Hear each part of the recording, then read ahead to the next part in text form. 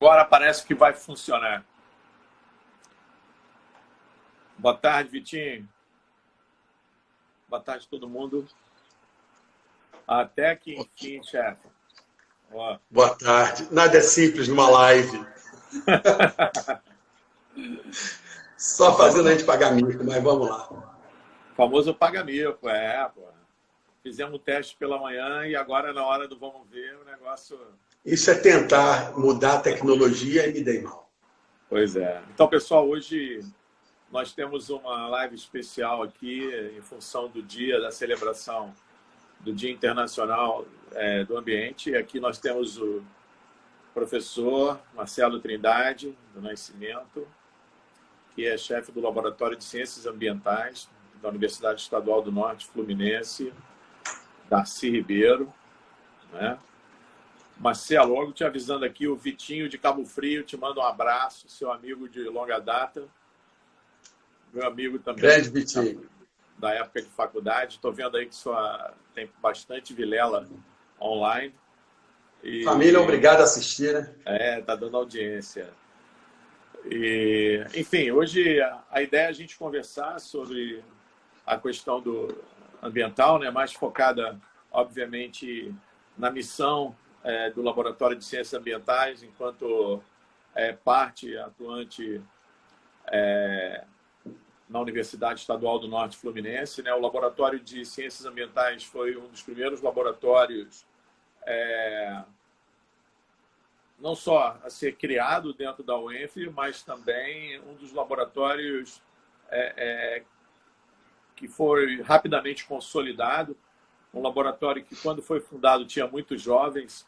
Hoje já tem bastante gente experiente no laboratório, né?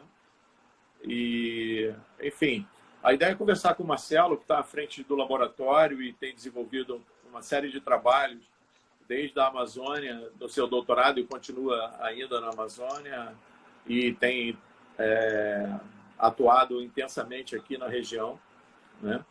E na região que eu digo, na região norte fluminense e na região de Mata Atlântica, mas também que no seu pós-doutoramento na Escócia teve a oportunidade de trabalhar numa escala espacial bem grande, né? Então, a ideia é a gente conversar, fazer uma conversa geral, porque recentemente, conversando com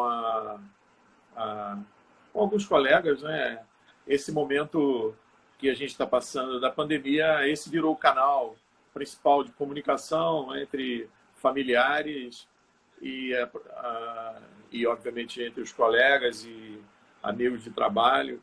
E também acabou se tornando uma experiência interessante para que a gente possa ter um maior alcance, né, de uma coisa que sistematicamente nós somos cobrados, que é exatamente uma maior interação com a sociedade civil, né, como todos. Embora também a gente faça parte da sociedade civil, mas uma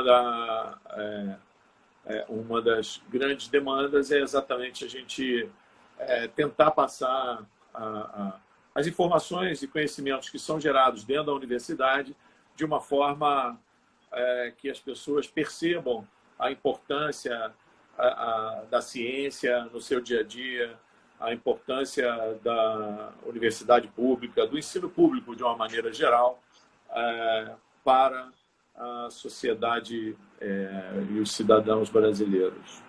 Boa tarde, então, Marcelo. Boa tarde, Carlão. Bom, eu acho que, primeiro de tudo, eu gostaria de agradecer a essa oportunidade e parabenizá-lo pela sua iniciativa, né, de fazer esse evento, né, que está sendo feito todas as terças-feiras, e hoje é uma especial em função do Dia do Ambiente, né? E é muito bom estar aqui, podendo falar um pouco das atividades do nosso laboratório, nosso grupo, né, que eu acho que a gente tem essa data como uma data símbolo.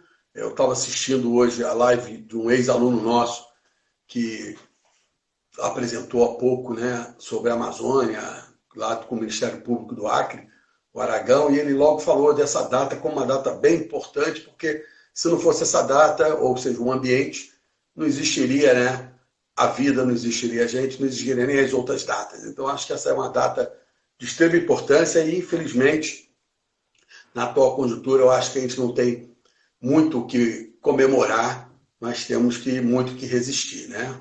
Mas vamos caminhando.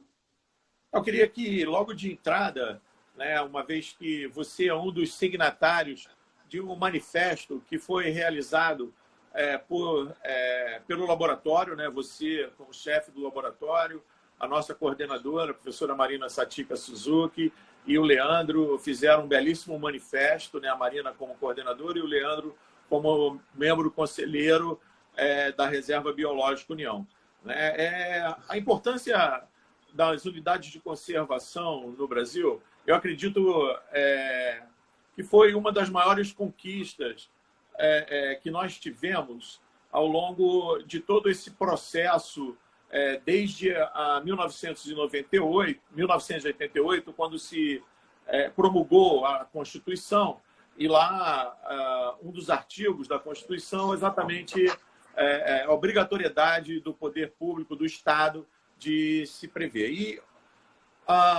E foi em 2010, foram estabelecidas aproximadamente 20 metas, e uma das metas era exatamente ampliar as unidades de conservação. No entanto, recentemente, nesse governo que está aí, e esse ministro é uma figura muito contestável, né? Inclusive agora mesmo a ex-ministra Marina da Silva está fazendo algumas considerações sobre exatamente um ministro que é anti-ambiente numa pasta totalmente inapropriada, né, para ele, obviamente. Então, eu gostaria que você falasse, né, da importância das unidades de conservação, que dentro dessas 20 metas foi uma das metas que conseguiram ser alcançadas.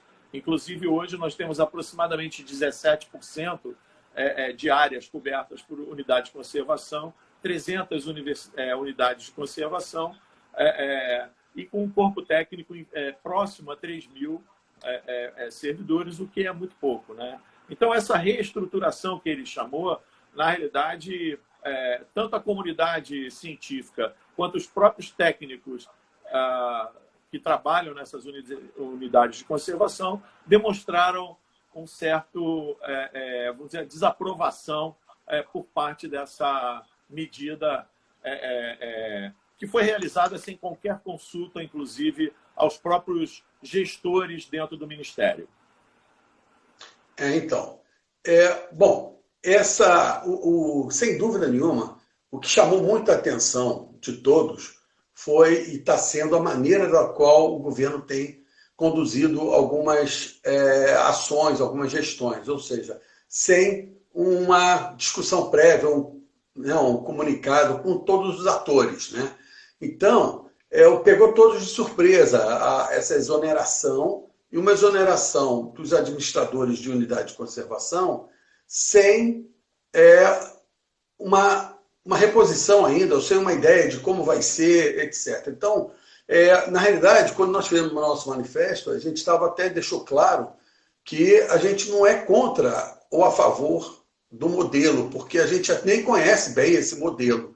Então, a gente não pode dar opinião ainda favorável ao contrário de uma coisa que não foi discutida, está sendo concebido dentro do próprio ICMBio e, se eu não me engano, até dentro da parte mais de alta esfera do ICMBio, dentro dos conselhos internos deles, mas não está tendo um debate com a base, ou seja, com os conselhos das unidades, etc.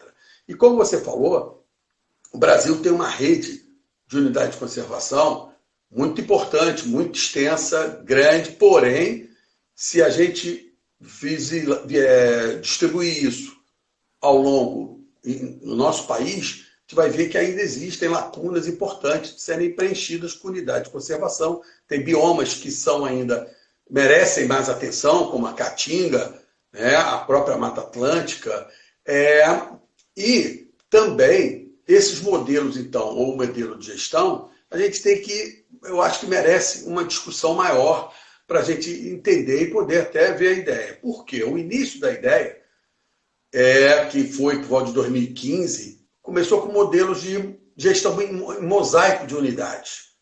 Mas aí você tem que ter critérios, tem que ter toda uma normatização e regras para se juntar o que é o mosaico, como vai ser. O que chamou a atenção particularmente dessa situação nossa é que o núcleo de gestão integrada que eles criaram, que é o NGI, para a região do Rio de Janeiro, principalmente da região norte, centro e lagos, ele reuniu unidades de conservação que, pelo menos, 2 delas estão totalmente fora do contexto entre unidades. Uma que é o Parque Nacional de Jurubatiba, que é uma área de restinga, e a outra que é a ESEC lá da Marinha, né, de Arraial do Cabo.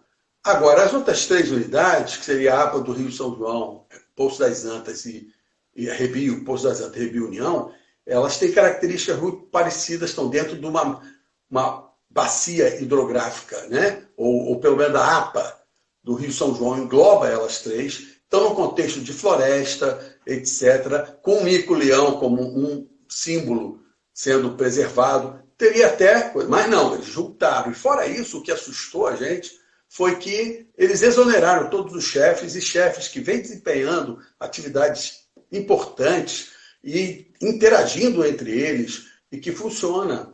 Está tudo funcionando, a gente está com receio de que, ao centralizar, como eles falaram, vão centralizar o núcleo numa gestão única, numa das unidades, que seria, se eu não me engano, até em Rio das Ostras, que é o nome, então deve ser a da Rebio União, o receio nosso é como ficará as outras unidades sem uma base ou sem gente por lá, porque nada disso foi colocado, foi explicado. E isso pode gerar o quê? Nós já temos problemas sérios atualmente para controle de risco de queimada, de caça, de matamento e de apoio à pesquisa, apoio aos visitantes. Né? Imagina os os analistas e técnicos reunidos numa única sede, porque parece que tem isso em vista para economia, para parte mais econômica de enxugar o órgão, né? E aí você tem o quê? A distância entre essas unidades são de 30, às vezes quase 50 quilômetros, 30 quilômetros, etc. Então, o deslocamento deles para atender demanda, etc., é complicada. A gestão atualmente já não é fácil.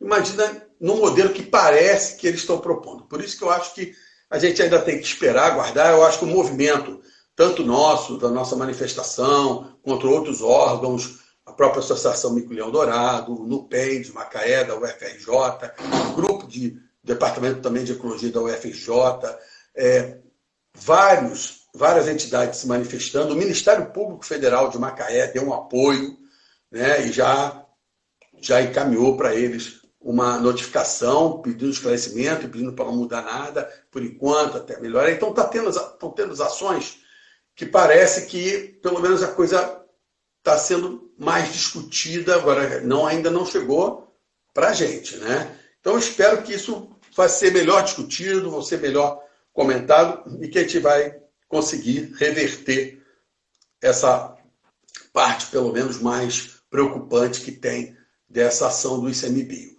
Mas, sem dúvida nenhuma, essas unidades de conservação são importantíssimas no nosso estado.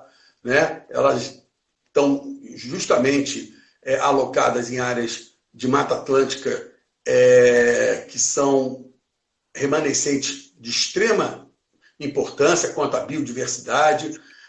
Então, a gente tem que realmente tomar muita atenção para que a gente não perca e esse ambiente não sofra mais ações antrópicas do que já vem sofrendo. Pois mas uma coisa que preocupa, na realidade, é que, olhando, se fosse esse o único caso, o caso específico, a gente poderia dar até o direito da dúvida ao ministro, né? E a gente sabe que não é uma pessoa totalmente bem intencionada, principalmente porque nós temos evidências, inclusive, gravadas da sua fala numa fatídica reunião que aconteceu em 22 de abril, onde, inclusive, houve a exoneração a partir dali do ministro da Justiça e que criou uma grande confusão, porque após a divulgação da reunião, né, nós vimos que este ministro querendo aproveitar a pandemia para passar literalmente uma série de questões de interesse,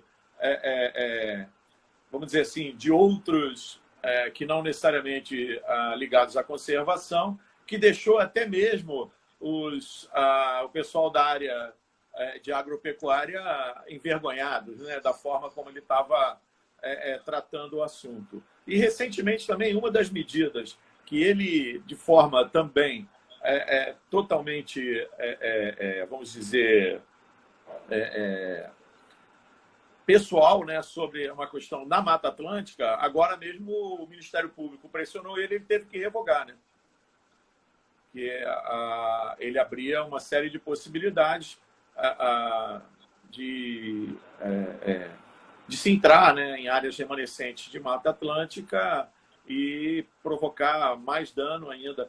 O que me preocupa muito é que, vamos dizer assim, o objetivo, o 2030, né, o que é o objeto do desenvolvimento sustentável, a gente deveria estar procurando uma forma de conter o desmatamento e avanço das áreas sobre a Amazônia e outros biomas, né? Deveríamos estar pensando em restaurar alguns ecossistemas. A gente vê que o Brasil, em plena pandemia, aumentou o seu desmatamento, principalmente na Amazônia e áreas próximas, né, Marcelo?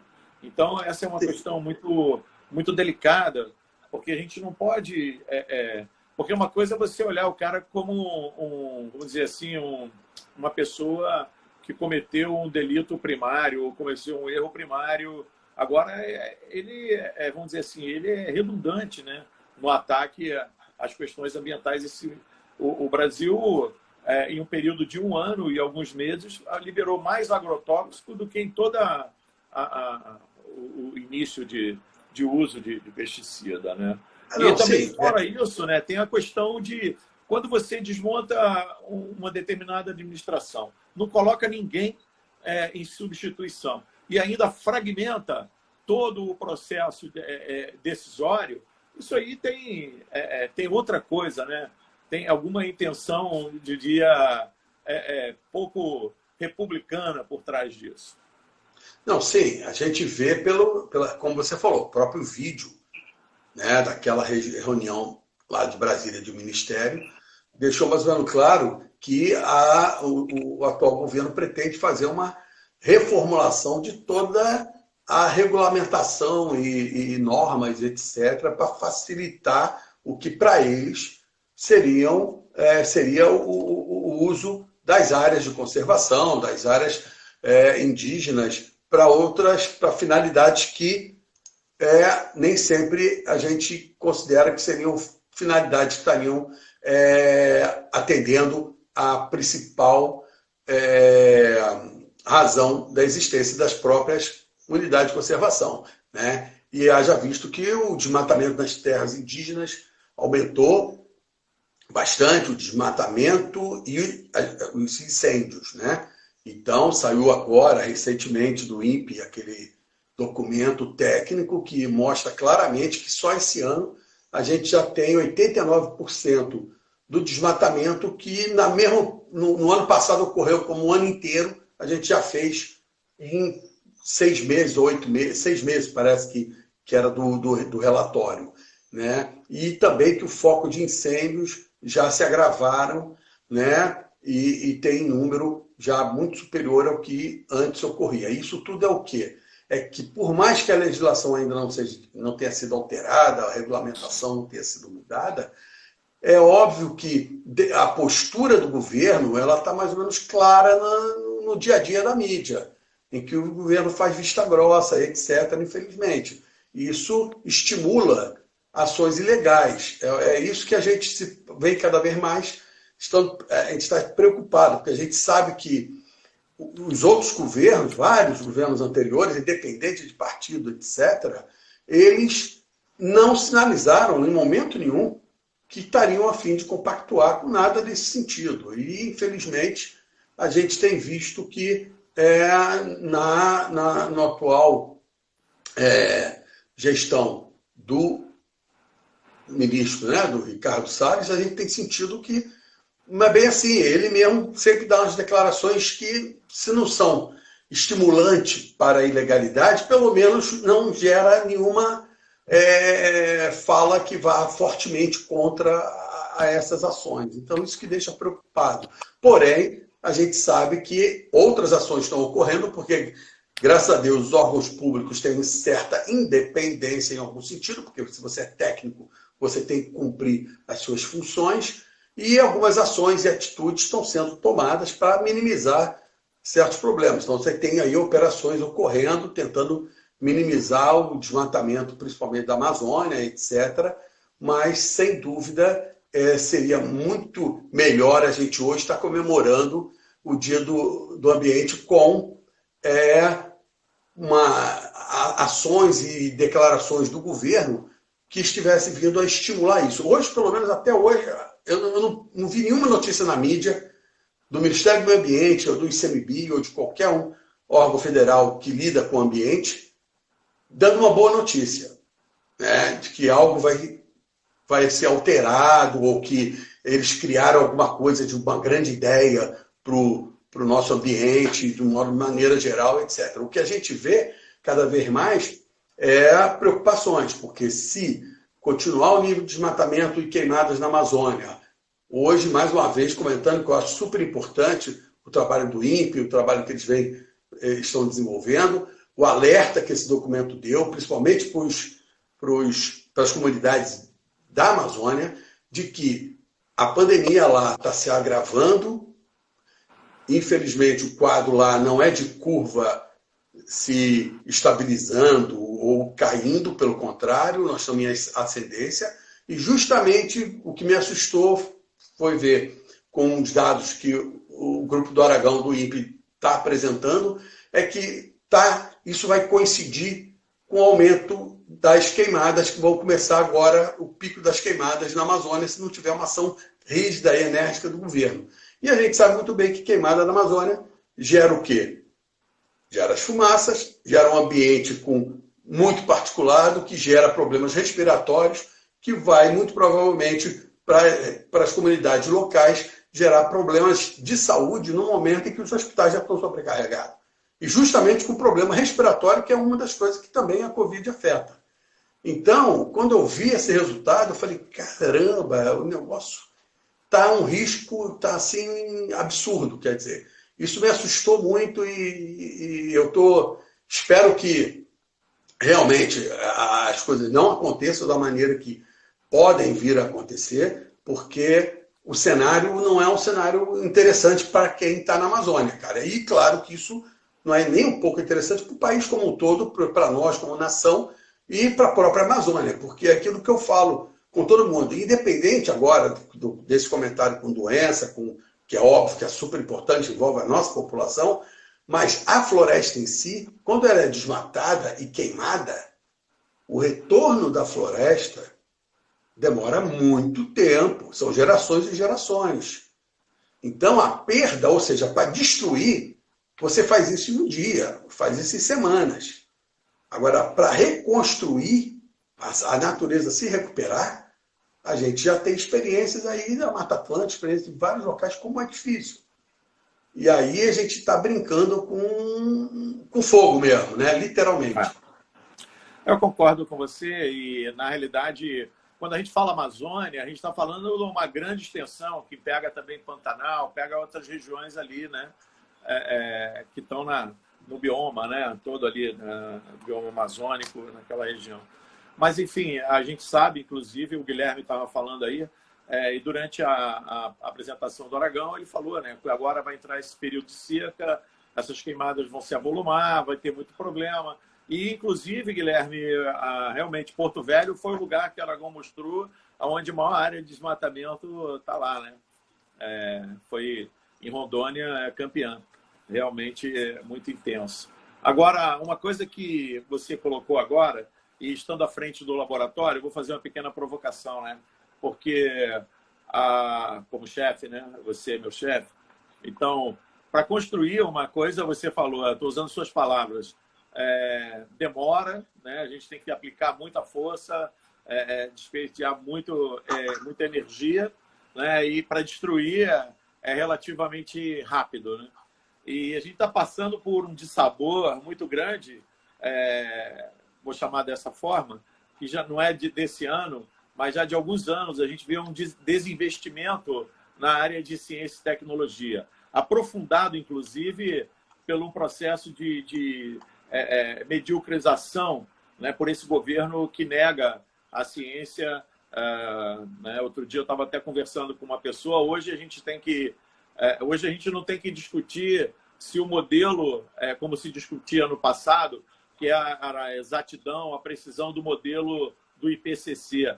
Mas a gente hoje está tendo que convencer as pessoas que a mudança global é um fato e não uma fantasia, né? Porque se vende isso de uma forma absurda. A sorte é que a gente vê que a maior parte das publicações científicas considera a mudança global e a gente tem um número menor do que 5% realmente que não acreditam ou tentam questionar a questão da mudança global. Mas voltando ao desinvestimento da ciência, como é que você vê essa falta de financiamento da ciência, estando à frente do laboratório, agora como chefe, e a gente tendo, obviamente, uma série de demandas, não só para a atividade de campo, mas a manter o próprio laboratório, que a gente tem uma central analítica relativamente, eu diria, muito boa, considerando até laboratórios que eu conheço. Acho que o Laboratório de Ciências Ambientais congrega diferentes técnicas analíticas e, obviamente, a gente tinha necessidade de expandir para outras. Como é que você vê isso à frente do laboratório e, obviamente, como pesquisador, né? Bom, então, é claro que a realidade está uma realidade muito difícil. O retrocesso ocorreu muito forte já, começou a ocorrer logo depois do impeachment da Dilma, né, com o governo Temer, ele já encerrando alguns projetos que a gente considerava que era um projeto importante, o Ciência Sem Fronteiras, e as verbas foram diminuindo, a situação econômica do país também, né, ficou muito problemática, mas o que a gente vê é que a gente não pode culpar apenas a parte econômica, né, porque a gente se vê e percebe que tem verba para várias outras ações de governo que, dependendo do país, não seriam consideradas prioridade, né? Então, eu vejo que, infelizmente, o que a gente percebe é que, para muitos, a ciência não é prioridade, como a educação também, né? Já foi considerada várias vezes.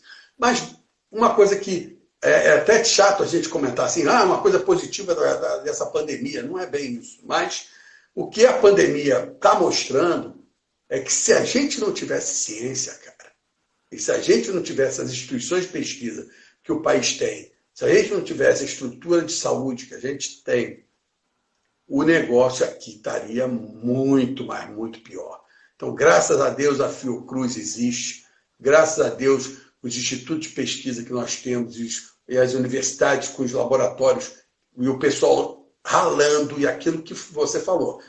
Corte de verba ocorreu numa situação terrível e que hoje eu espero que o governo tenha, pelo menos, começado a rever algum ponto de vista, alguma atitude, como órgãos como o CAPES, CNPq, etc., cortar verba de formação de pessoal, que é a base da nossa pesquisa. Então, a gente vê hoje alunos nossos bem treinados, que estão no laboratório, alguns até sem bolsa já, mas continuam atuando porque sabem a importância da pesquisa, a importância da coisa, mas o que a gente vê é que toda a renovação que a gente estava tendo, o estímulo de ter, como eu brinco, quando eu fui fazer meu doutorado no exterior, nós éramos 5.000 brasileiros apenas no exterior, fazendo doutorado. Olha que privilégio.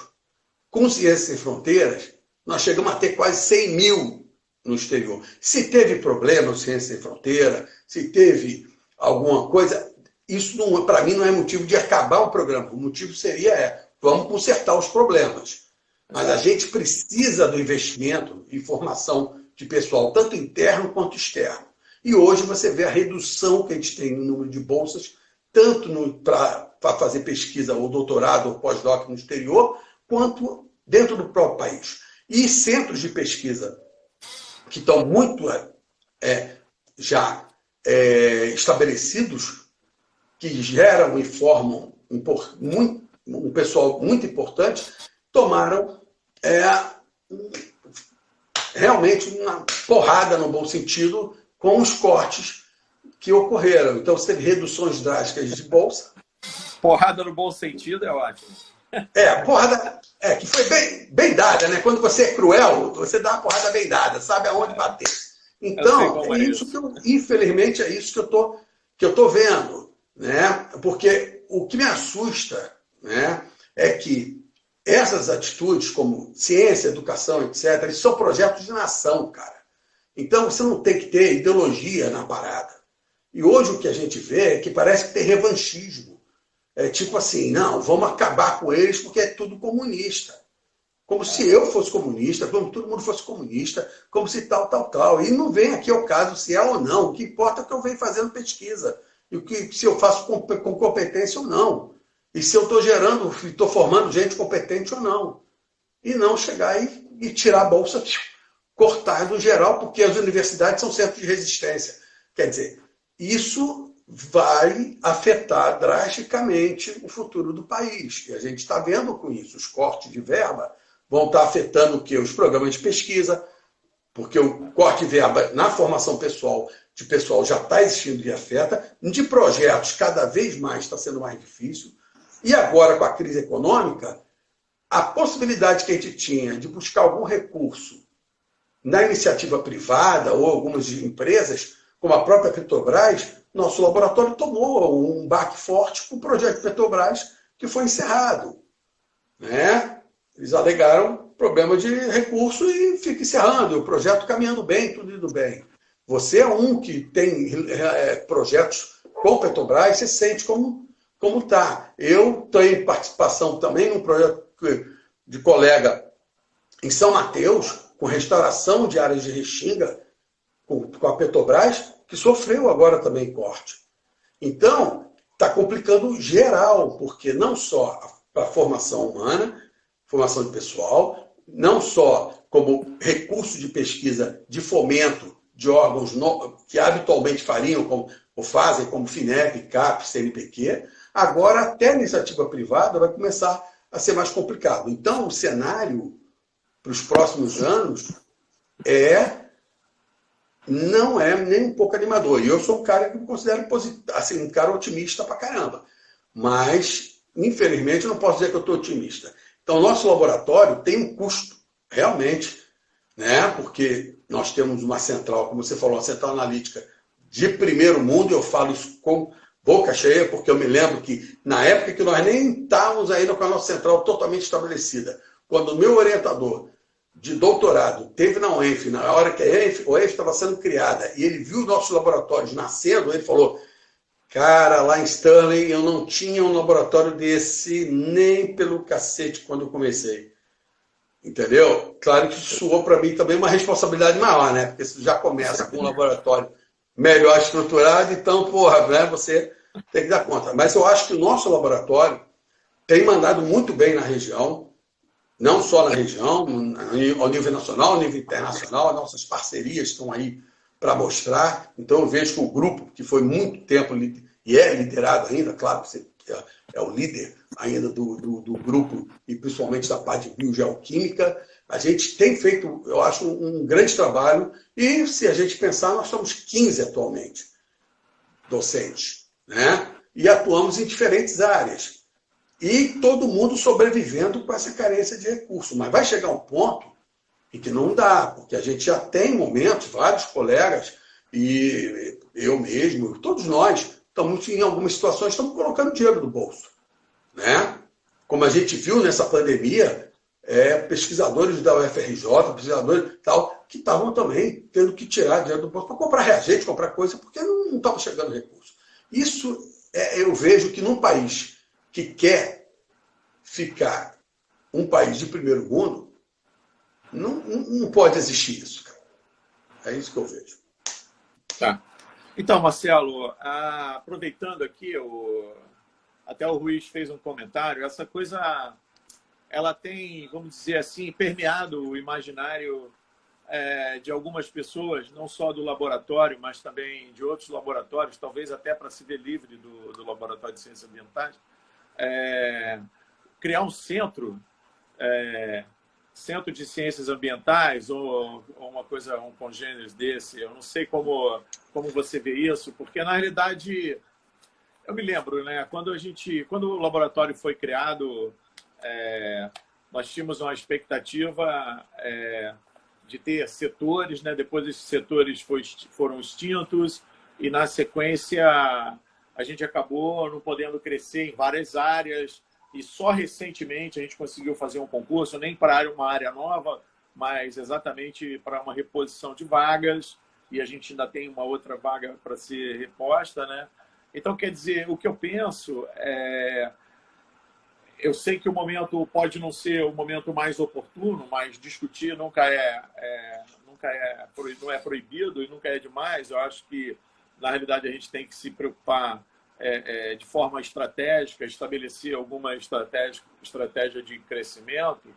Talvez fosse a hora da gente reiniciar uma discussão do laboratório crescer, né? Um plano estratégico para o laboratório crescer em outras áreas, por exemplo, uma área que ficou embrionária e acabou não prosperando dentro do próprio laboratório, foi a área de ecologia da paisagem, com geoprocessamento robusto. Enfim, nós começamos, mas não tivemos condição de fixar ninguém. Enfim, se perdeu a oportunidade de desenvolver uma área que eu tenho certeza, né, que é uma área fundamental não só para a ecologia, mas para a área de planejamento urbano e outras áreas do conhecimento, né? Então, eu acho que, até acatando a sugestão aí do Ruiz, que fez um comentário durante a sua fala, né, que talvez fosse a hora, que eu gostaria de saber o que você pensa, da gente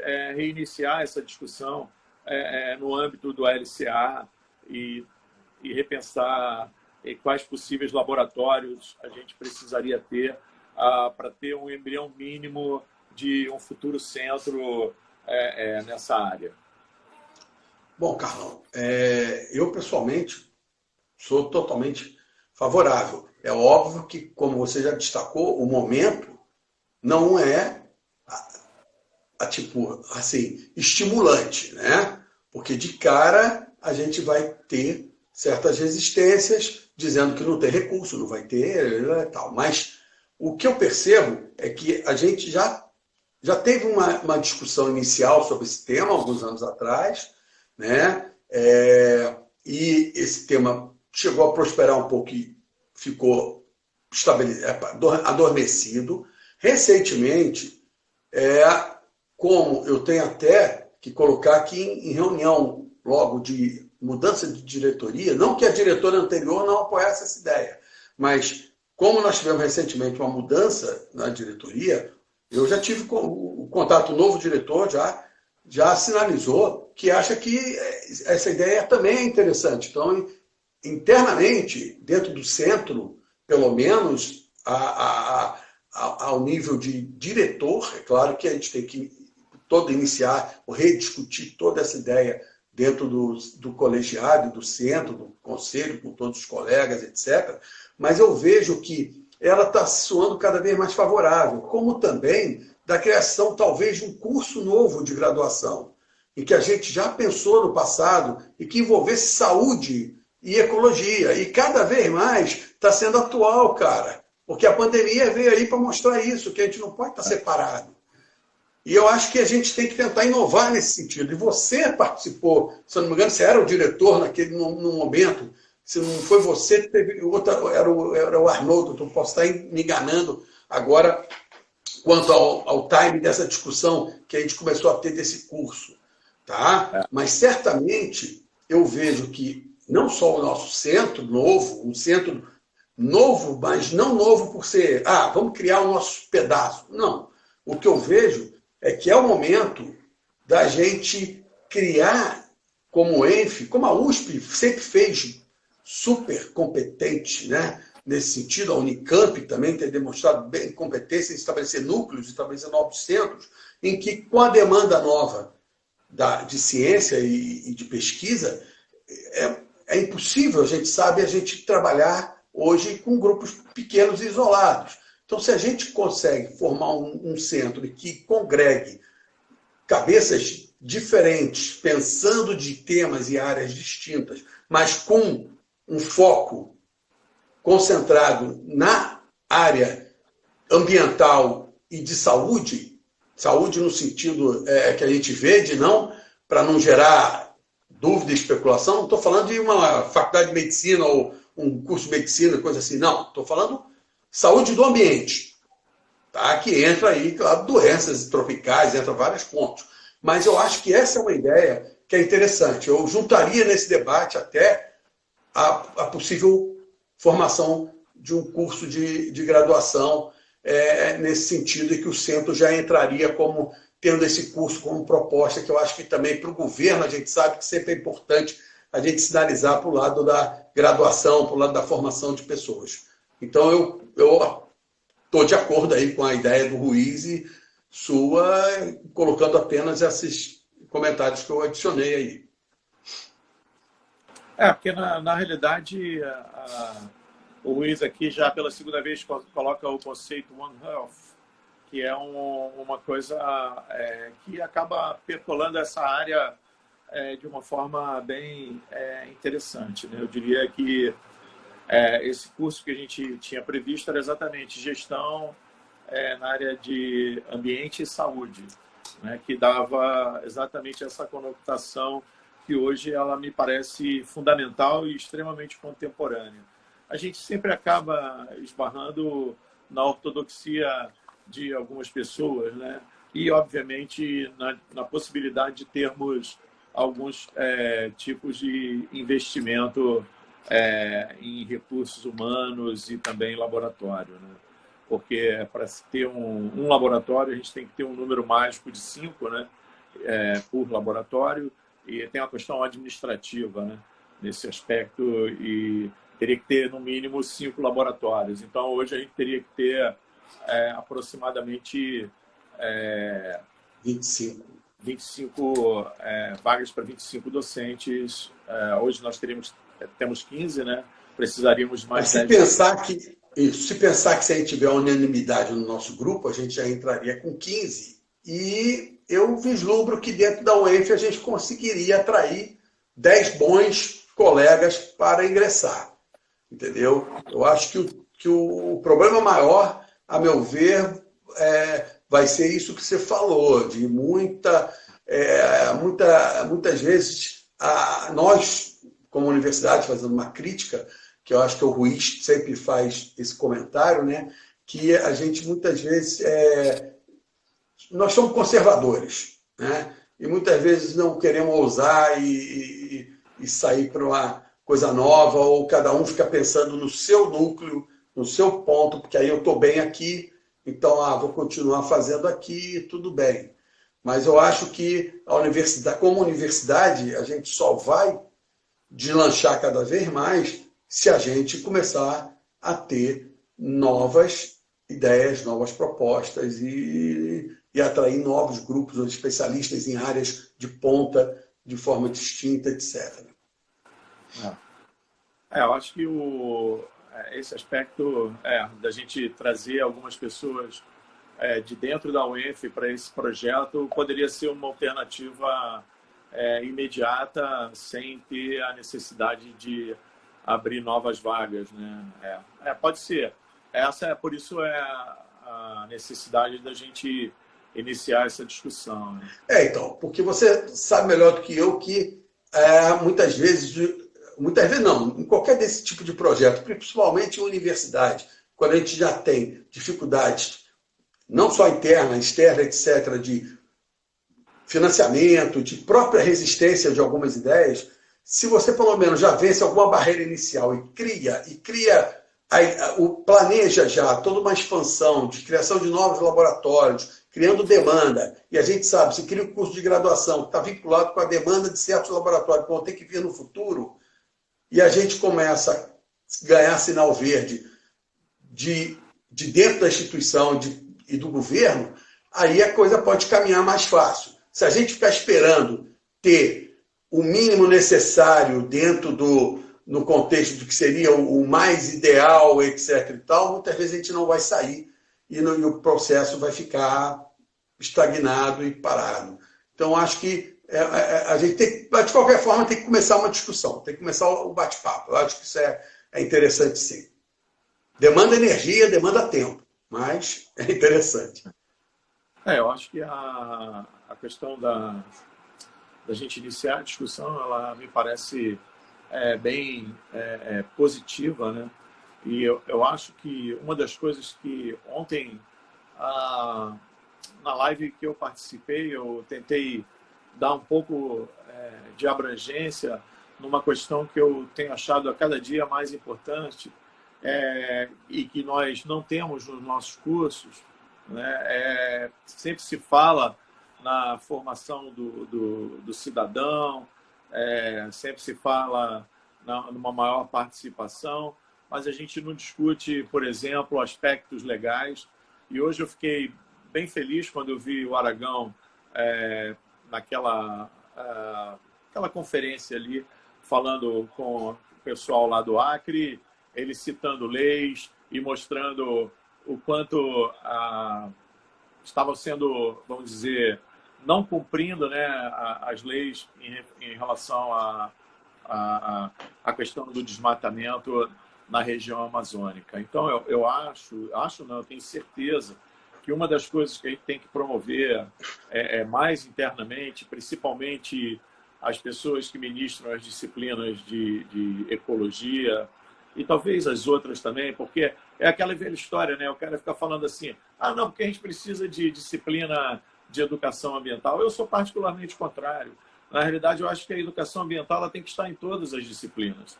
O físico tem que saber falar das questões que protejam o meio ambiente, né? Ele não pode simplesmente falar de radiação sem falar dos efeitos, por exemplo, efeitos biológicos que a radiação pode promover. E, ao falar isso, ele, consequentemente, vai estar falando sobre a questão da educação ambiental, né? O físico tem que falar também na área de você é a favor da energia nuclear? Ótimo. Então, o cara que usar energia nuclear, ele tem que saber não só os riscos que ele corre, mas também aonde ele vai colocar o rejeito dele. E assim por diante. O cara da química também falar, né? Porque o que adianta você trabalhar com questões na área de química e, de repente, o cara chega... O que ele faz com o produto químico que ele utilizou nos experimentos dele? Vai jogar no ralo, né? Eu costumo dizer que a universidade é um terreno sagrado. É um terreno sagrado porque os órgãos ambientais, por exemplo, numa indústria, você jamais poderia fazer esse tipo de procedimento, né? E na universidade, muitas vezes, a gente vê determinados tipos de procedimento pouco preocupados com o que se gera de resíduo sólido, resíduo líquido, sem um tratamento qualificado, né? Então, eu acho que essa questão é muito importante, né? Se formar um cidadão, mas um cidadão que realmente seja participativo, né? Participativo e não tenha medo de discutir política, porque a política ela faz parte do nosso dia a dia, né? O que eu vejo, a demonização da política por determinados setores da universidade, ela para mim, perversa, porque a gente acaba formando um monte de robô e o fruto que a gente colhe é esse que está aí. Tem um presidente totalmente inapto e cercado de ministros totalmente inaptos a conduzir o país, seja o ministro da Educação, seja o ministro do Meio Ambiente, seja a ministra de Defesa dos Direitos Humanos, entendeu? E por aí vai. Você tem inúmeros projetos, processos de totalmente... que identificam esses caras como inaptos a estarem à frente de ministérios como esse. E, consequentemente, o efeito disso é muito sério para as gerações, né? Então, quer dizer, a questão da gente discutir um pouquinho mais alguns pontos que estão já de direitos dentro da Constituição, não significa que a gente vai estar formando político, mas a gente vai estar formando um cidadão que, na realidade, tem a real ideia do que é garantido a ele por lei, que muitos não sabem, né? Então, quer dizer, essa é uma questão que, para mim, ela é fundamental no sentido de formação de um profissional. Né? Porque uma das coisas que a gente vê, né, Marcelo? Vira e mexe, todos nós somos chamados pelo Ministério Público a dar uma opinião. E, tardiamente, a gente acaba tendo que aprender um pouco sobre lei, né? Porque você vai ter que ir lá buscar algumas questões que balizam até para dar suporte ao Ministério Público de forma um pouco mais justa, né? Você não pode sair falando de uma forma totalmente desprovida de informação, né? E preparado para dar um parecer desse tipo, né? Então, eu vejo que a gente tem que também aproveitar esse momento. Esse momento tem sido, como você falou, né? Ele acaba sendo importante para alguns tipos de reflexão, né? E eu acho muito importante, mesmo que esses encontros sejam encontros pontuais, e eu fico muito feliz de estar vendo aqui vários comentários de ex-alunos nossos, inclusive ratificando a importância que a UENF teve na formação profissional deles, né? Isso é uma forma da gente ver que uma das missões, ao se estabelecer o Laboratório de Ciências Ambientais, ao se criar o Programa de Ecologia e Recursos Naturais, né, foi uma coisa acertada, né? Uma coisa acertada, porque na realidade, muitas vezes, ao estar aqui no interior, no norte fluminense, a gente se sente um pouco invisível, né, na questão da geopolítica, não só do Estado, mas da geopolítica do Brasil, né? Então, eu acho que esse tipo de depoimento me parece extremamente importante.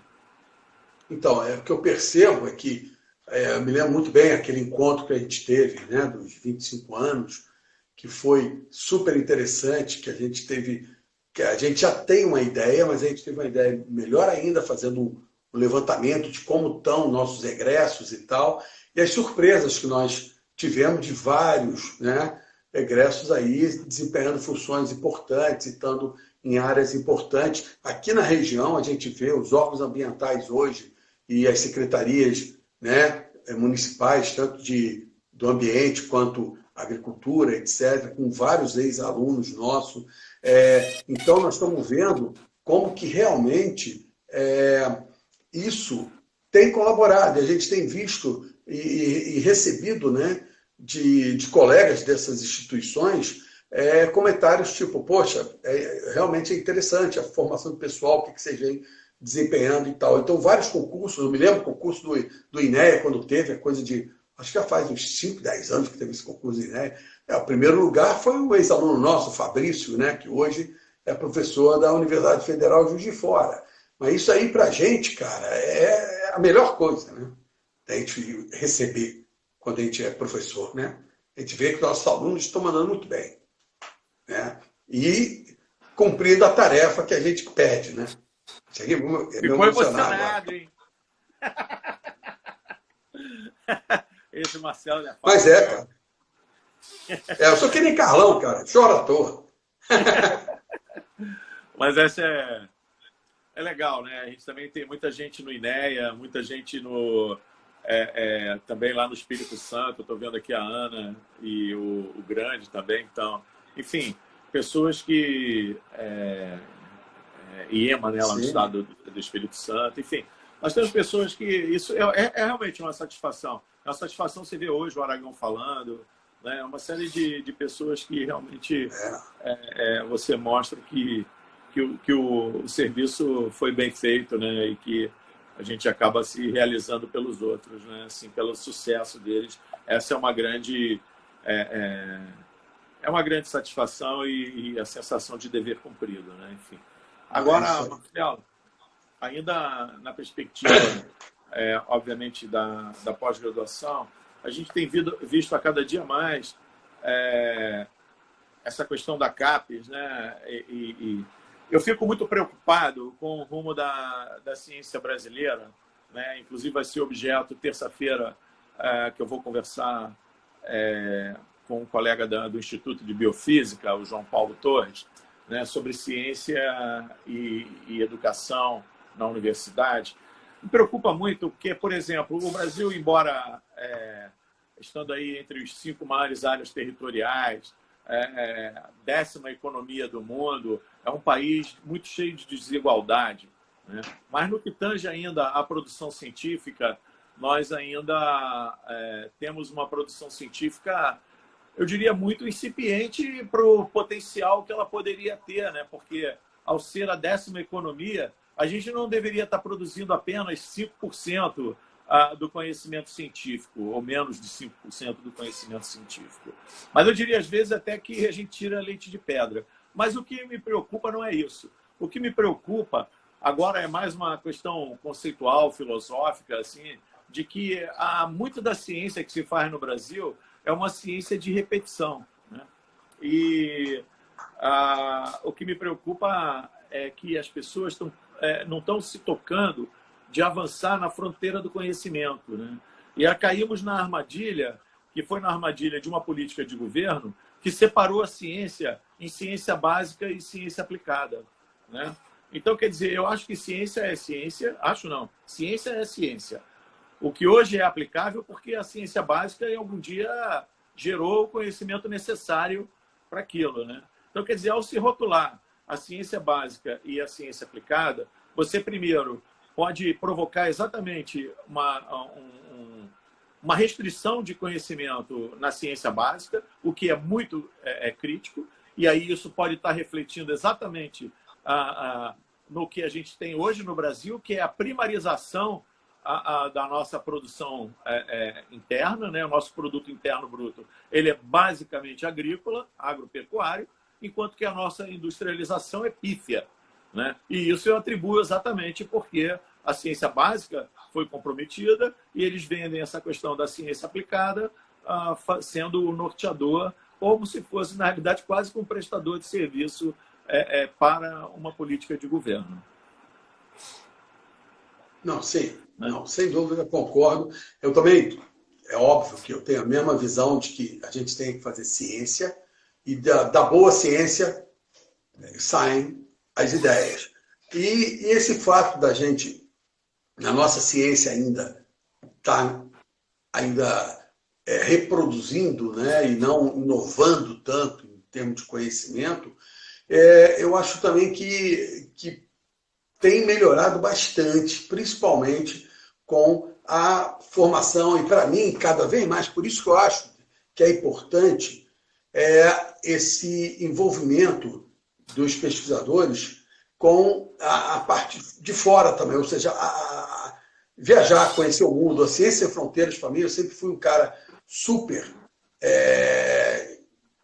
adepto ao projeto, porque eu acho que o Brasil tem e deve cada vez mais a gente abrir, ter esse olhar de mundo, ver como rola as ideias lá, para a gente ter uma autoconfiança também, porque eu acho que isso tudo está ligado um pouco de autoconfiança, até na ciência, em que a gente já passa a reproduzir, porque se acha que, porra, não, eu não vou gerar essas ideias e tal, quem sou eu? Não estou com grupo, não tenho coisa. Então, isso às vezes pode ser uma coisa que trava.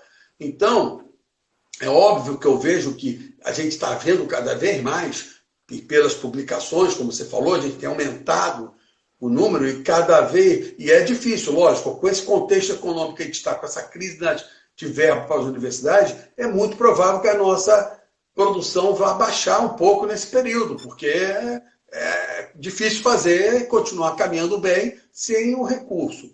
Mas, independente disso, a gente percebe o quê? Que as pesquisas têm melhorado de qualidade cada vez mais, que o brasileiro que antes tinha uma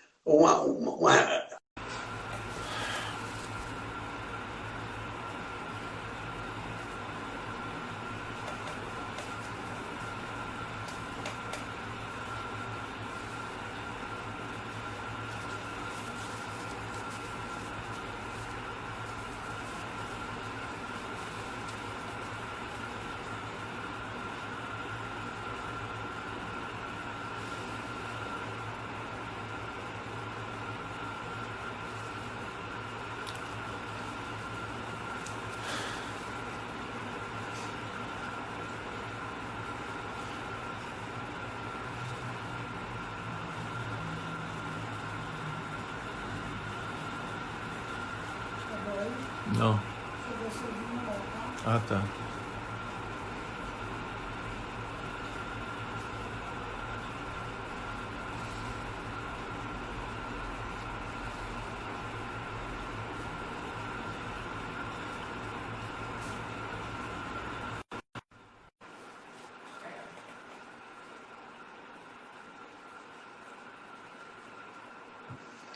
É, rapaz, eu tava com medo do horário, cara. Eu tava Pois é, olhando não, o que aconteceu foi que, como aconteceu aquele pequeno problema no na início, eu entrada. acabei perdendo o controle aqui.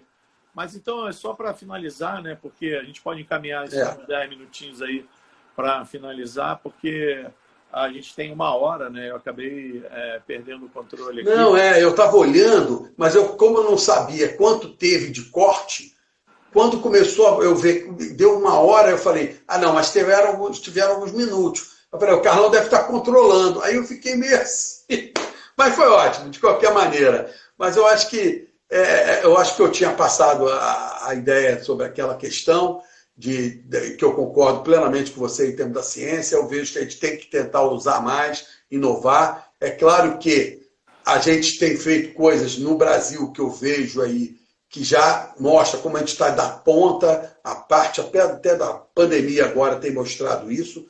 Nas principais publicações que estão sendo feitas aí com o Covid-19, tem brasileiros, aí os nossos grupos de pesquisa são todos envolvidos em atividades que no mundo estão se fazendo, as vacinas, etc. e tal, tem, né, pesquisadores brasileiros. Então, eu acho que o caminho estava sendo bem trilhado. O problema é que é difícil, né, a gente fazer ciência sem recurso e principalmente quando você sente que não está sendo estimulado também, né? Não tem aquela É, coisa que o cientista é necessário, o pesquisador é importante. Né? Então você fica um pouco, dá uma freada e gera, como a gente comentou no início, nessa galera nova que a gente está formando, uma insegurança tremenda, né, cara? Os caras estarem, pô, e aí? Eu vou terminar meu doutorado, vou fazer meu pós-doc e vou ficar o quê? Né? E como é que tá? Se eu oh, estou vendo que o país não está investindo, né? é, Então é tem complicado. tem várias coisas. Eu acho que nesse momento o que as pessoas deveriam focar, né, obviamente, tentar tirar das suas gavetas todo o material que está represado, né? Certamente todo mundo tem os seus esqueletos nas gavetas que podem ser publicados ainda. Mas todos nós temos essa questão, né? A questão da saúde Sim. mental. A saúde mental ela tem sido prejudicada por causa de todo esse momento, né? De você estar ficando em Então, casa, as obrigações que você tem dentro de casa, que acaba desvirtuando. Para alguns, às vezes, é mais pesado, né, do que para outros. então, Tem a questão de gênero ainda, que a gente sabe que muitas vezes a sociedade brasileira ainda, aqui em casa, é muito bem equilibrado. Né? Eu cozinho, eu faço as coisas, a Beatriz lava, enfim, a gente compartilha bem. A gente compartilha bem, mas também hoje a gente não tem mais criança pequena, né? Então, a gente Então, está mas isso mais tudo tranquilo. gera, cara, isso tem gerado um gasto de tempo tremendo. A gente tem visto isso, né? Como o dia a dia doméstico não é fácil, né? Não, A não, não é própria fácil. Dora aqui em casa também, e eu estamos vendo que a nossa secretária está afastada e a gente fala, caramba, realmente quando a gente pensa, não para de aparecer coisa para fazer. Né? E aí, voltando um pouco para a parte da ciência que é interessante, é que essa semana saiu aquele paper publicado, tem muitos brasileiros e brasileiras, né? No paper da Nature Ecology and Evolution, que foi sobre a pandemia, né? E toda essa parte de ter que os pesquisadores sêniores ter que dar atenção à inclusão, né, na ciência. E eles mostram claramente, né, eles comentam nessa correspondência que nós estamos passando hoje por situações realmente muito, como que se diz, que para a gente é difícil de lidar, né? Quando se fala, pô, dá uma aula online, faz tudo online, é tudo fácil. A gente vê que não é tão simples assim, né? As lives estão mostrando aí como acontecem os imprevistos e como as coisas acontecem. E como a aula, sem você ter o presencial, fica em algum momento, né? Então, para algumas coisas é interessante, outras é complicado. E o isolamento social, a gente tem visto como que hoje, eu vejo aqui em casa, a maioria dos seus filhos já estão maiores e a maioria não está mais aí. Mas aqui, a Petra, que está com 15 anos, está tendo aula todo dia de manhã. Agora, imagina se eu tivesse 3 filhos, que nem um colega meu na Escócia, ele está com 2 filhos, um de 2 anos e o outro com 1 aninho. Ele e a esposa só, moram na Escócia, ele é americano, ela é italiana, não tem ninguém de família. E como que o cara botou mesmo. Você pega a mensagem dele quando manda um e-mail para ele, volta dizendo assim, ó, não me peça nada que seja rápido, eu tenho 2 crianças nos meus pés. Tá bom. É isso aí, Marcelo. Vamos combinar. É difícil, né? Eu vou aproveitar que o Fabrício está aí e vou convidar ao vivo aqui o Fabrício, que é nosso ex-aluno, o grande, né, que está em Juiz de Fora e hoje é membro da FAPEMIG, né? Eu sei que ele foi indicado para o conselho da FAPEMIG. Vamos falar um pouco sobre ciência, financiamento e também por ser ex-aluno da UENF, vamos falar aqui da trajetória dele, né? É bacana, Fabrício. Já falei com a Bia, vou falar com você. Está marcado dia 16 de junho, Fabrício, às 18 horas. Isso aí, grande. Dá-lhe grande. Marcelo, vou passar a palavra para você para a gente encerrar, né? Dizem que não é muito bom a gente esticar muito a conversa, não, claro. A gente perde a audiência. A gente já teve um shutdown aqui não propositado, claro. Já caiu um pouco a audiência. Isso. E enfim, eu queria que você fizesse falasse um pouco de palavras aí final para fechar. Tá. E aí depois eu encerro também. Cara, eu queria só agradecer e mostrar que realmente, né, esse tempo de pandemia tem ensinado para a gente coisas novas, isso é interessante, por mais que a gente esteja passando nesse momento de tristeza e delicado, mas eu acho que essa interação online está sendo super válida, interessante, e queria deixar aí para uma parte da audiência aí, que são nossos alunos, ex-alunos, e ainda muitos que estão na batalha, né? na trajetória acadêmica, para não desanimar com algumas coisas que a gente tenha falado, não.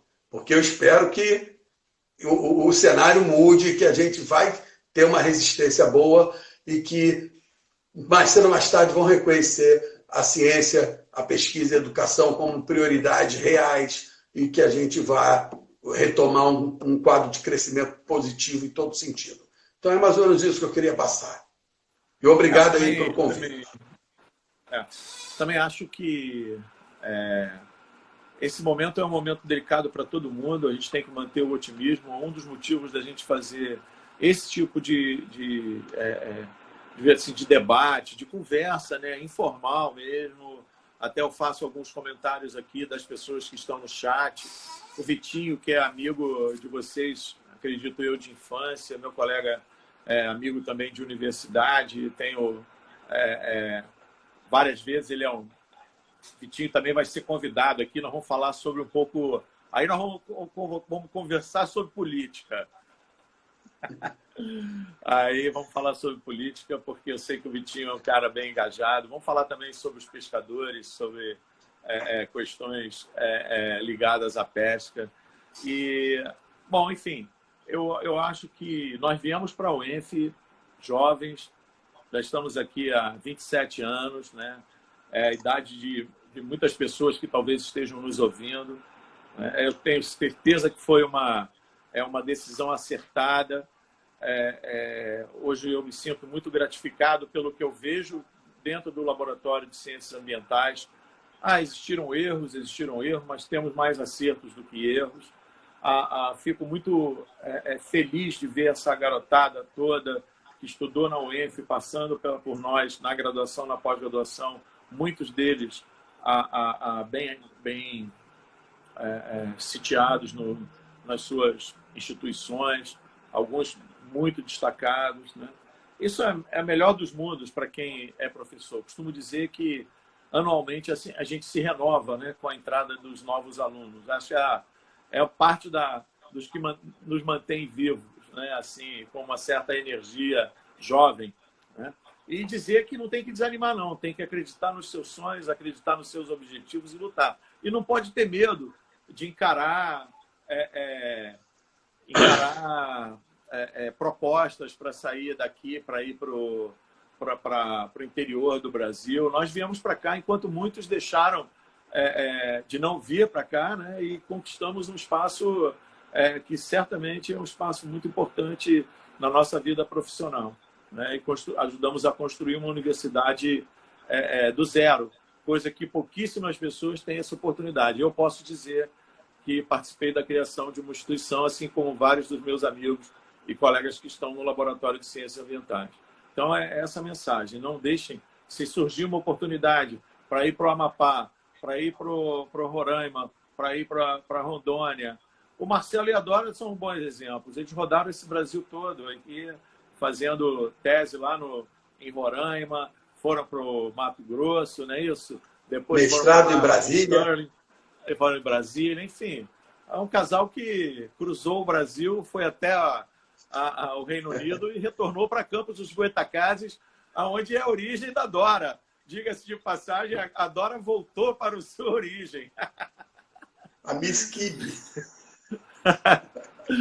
Nós temos aqui o amigo Aldalho no Maranhão, que foi para lá, o Maranhão, e eu também estou indo lá, estou com o pé no Maranhão também, hein? Daqui a pouco estou eu indo para o Maranhão. Daqui a pouco não, deixa a aposentadoria.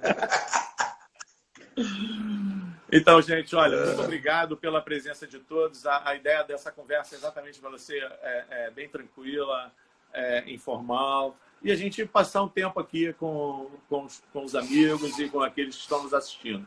E trazer exatamente esse astral para que a gente supere essa fase da melhor forma possível. E nunca ninguém desista dos seus sonhos. Tá? Nós investimos na e somos felizes aqui. Tchau. Carlão, vou aproveitar e fazer uma propaganda. Posso fazer uma propaganda? Passa. Tem uma live do grupo do Nicho Ecológico às 18h30 que eu vou estar participando novamente, tá? Tá certo. Então, quem tiver interesse aí, tá? Vão ser outros assuntos e tal, e o pessoal do Nicho Ecológico, que é do nosso grupo aí da pós-graduação, também está organizando. Então, fica aí só a dica. E uma boa sexta-feira para todos. Boa, daqui a pouco eu vou tomar meu vinho. Tem que sextar. Vamos sextar daqui a pouco, tomar uma. Valeu, pessoal. Obrigado, Carlão.